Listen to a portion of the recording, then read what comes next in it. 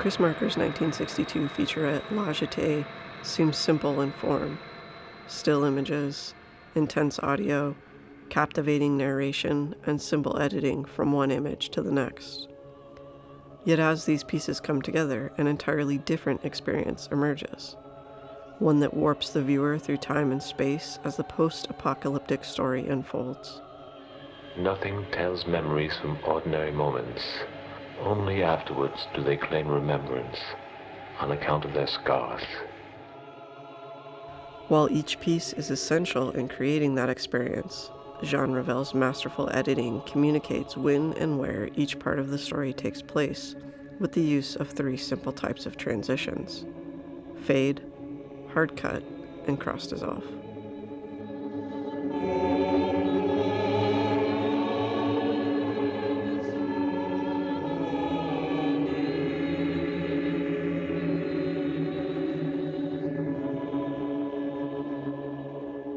The story of La Jetee happens over the course of 3 different times: the past, the present, and the future.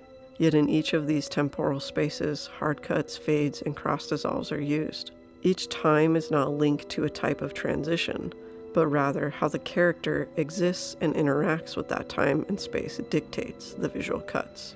As for him, he never knows whether he moves towards her, whether he is driven, whether he has made it up, or whether he is only dreaming. The passage of time, the movement through space to different locations, we know they happened because we see the moments of black. As the film progresses to the happenings of the underground prison, fade in and out transitions manifest the man's experience through the first experiments. On the 10th day, images begin to ooze like confessions. Moments unrelated to one another appear as if they were a series of memories. They tell us what's stuck with the man from the distant past, disconnectedly. Glimpses of moments with space and time filling the black on the screen. These momentary images tell us about the man's past experience, his memories, and ultimately, why he's here. Once back in the laboratory, he knew something was different. The film does not always take place in the passage of time, but also in the sequential movements of time. The simplest of all cuts, and the first we as editors learn to wield, is the hard cut. Ravel uses the hard cut to exist in the now. However, the now can be past, present, and future. It is the now of our main character. Time builds itself painlessly around them. All aspects of this now happen in sequential order, in a single time-space. As he is in the present, hard cuts progress the story. Likewise, once the man is solidly in the now of the past, or later in the now of the future, hard cuts move the story along.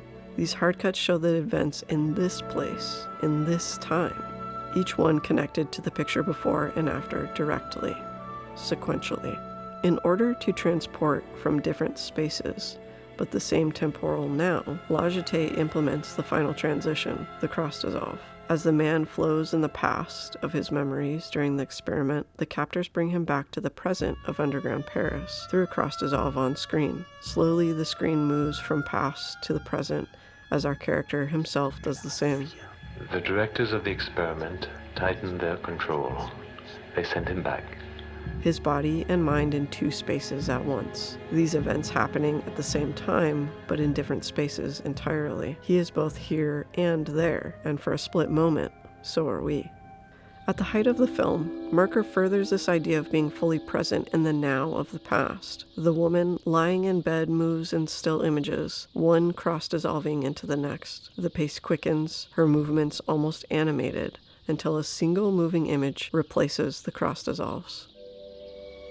The sequential cross-dissolves seek to bring her into real existence, until finally she is. As the man moves freely in the past, the images become more and more visually real, and while this breaks the cross-dissolve of being used for the man to exist in 2 places at once, it does hasten our feeling of now and ultimately our understanding of why the man seeks to belong in the past, in this now, and in something that feels almost real.